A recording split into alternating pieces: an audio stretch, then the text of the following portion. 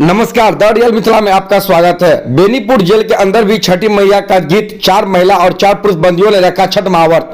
बेनीपुर लोग आस्था का महापर्व छठ चल रहा है। दरअसल बिहार और झारखंड के लोग आस्था का पर्व सामान्य लोग तो सेलिब्रेट कर रहे हैं। जहां भी जेल में बंद कैदी इस पर्व को मना रहे हैं, चाहे रांची का जेल हो या मुजफ्फरपुर का जेल या फिर दरभंगा का जेल हो या फिर बेनीपुर की जेल एक ऐसी कर्मियों जेल में है जहां के कैदी इस लोग आस्था के महापर्व को जेल के अंदर में भी मना रहे हैं।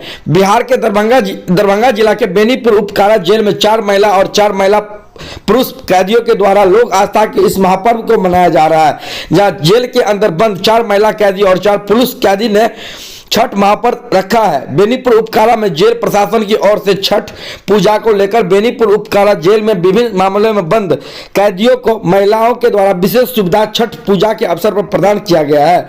वहीं बेनीपुर उपकारा में जेल अधीक्षक भदन दास ने जानकारी देते हुए बताया है कि जेल के अंदर 4 महिला और 4 पुरुष बंदियों के द्वारा 4 दिवसीय छठ महापर्व किया जा रहा है।